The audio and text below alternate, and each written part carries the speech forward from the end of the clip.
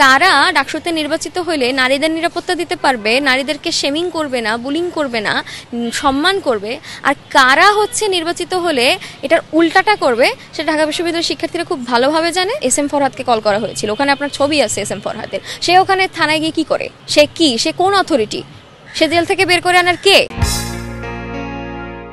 আমরা একটু দেখি যে ওনার ডিসেম্বর মাসে 2024 সালে উনি একটা সমাবেশে গিয়েছিলেন, সেটা কিন্তু জামাতের সমাবেশ ছিল।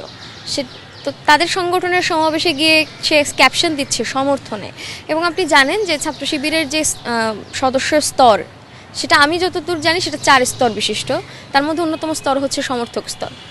তো উনি তো সমর্থকই, ফলে এই ধরনের সে একটা হয় না যে গুপ্ত রাজনীতির যেই বিষয়, প্রকাশ্য রাজনীতি করার জায়গাটা এই জায়গায় যে তার একটা অ্যাকাউন্টেবিলিটি থাকে। গুপ্ত রাজনীতি করলে সেই অ্যাকাউন্টেবিলিটিটা থাকে না, যেটার কারণে এরা বাইরে এসে বলবে আমরা নিরাপদ ক্যাম্পাস তৈরি করতে চাই, ভিতরে গিয়ে দ্বিমত পোষণ করলেই তাকে রেপ থ্রেট দেওয়া হবে, তাকে ডেথ থ্রেট দেওয়া হবে। এই ধরনের রাজনীতি করে তারা পার পেয়ে যায়। এখন এই যে তারা বিভিন্ন রকম দাবি করছেন, এই দাবি করে আসলে কোনো লাভ নাই। বাংলাদেশের মানুষ, বিশেষ করে ঢাকা বিশ্ববিদ্যালয়ের ছেলেমেয়েরা অত বোকা না। তারা খুব ভালোভাবে জানে যে তাদের মতাদর্শকে, এই ছেলের মতাদর্শকে, এবং তার এই ছেলের যে বিভাগ, সেই বিভাগের শিক্ষকেরা পর্যন্ত তার বিরুদ্ধে আজকে হচ্ছে সংবাদ সম্মেলন করেছে। কালকে রাতেই তার বিভাগের শিক্ষক হচ্ছে তার এই যে অধ্যত্বপূর্ণ আচরণ, তার এই যে পটেনশিয়াল রেপিস্ট হয়ে ওঠার যে বিষয়টা, সেটা প্রতিবাদ করে হচ্ছে তাকে তার শাস্তির আওতায় আনার কথা বলেছেন। স্টুডেন্টরা আজকে উইমেন অ্যান্ড জেন্ডার স্টাডিজ ডিপার্টমেন্টের শিক্ষার্থীরা এখানে হচ্ছে এই অপরাজেয় বাংলায় হচ্ছে বিক্ষোভ সমাবেশ করেছে।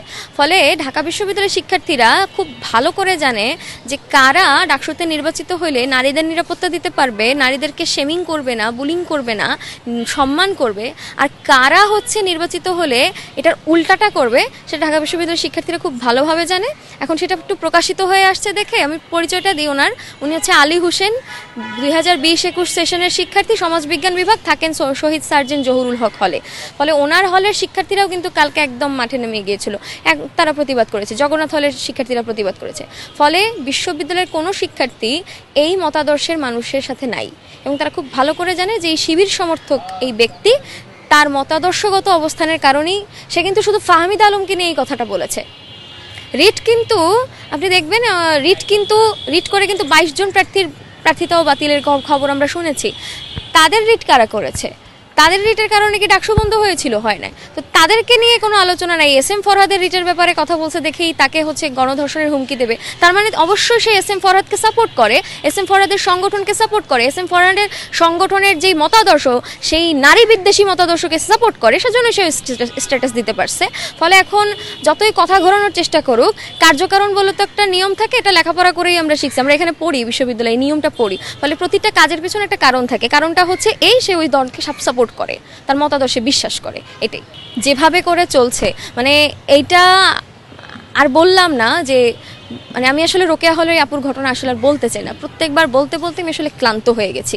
যেই মোস্তফা আসিফ অর্ণবকে, আপনারা জানেন যে ওই মোস্তফা আসিফ অর্ণবকে যখন শাহবাগে মব ক্রিয়েট করে জেলখানা থেকে ছাড়াইয়ে আনার জন্য চেষ্টা করা হয়েছিল, তখন এস এম ফরহাদকে কল করা হয়েছিল। ওখানে আপনার ছবি আছে এস এম ফরহাদের। সে ওখানে থানায় গিয়ে কি করে? সে কোন অথরিটি? সে জেল থেকে বের করে আনার কে?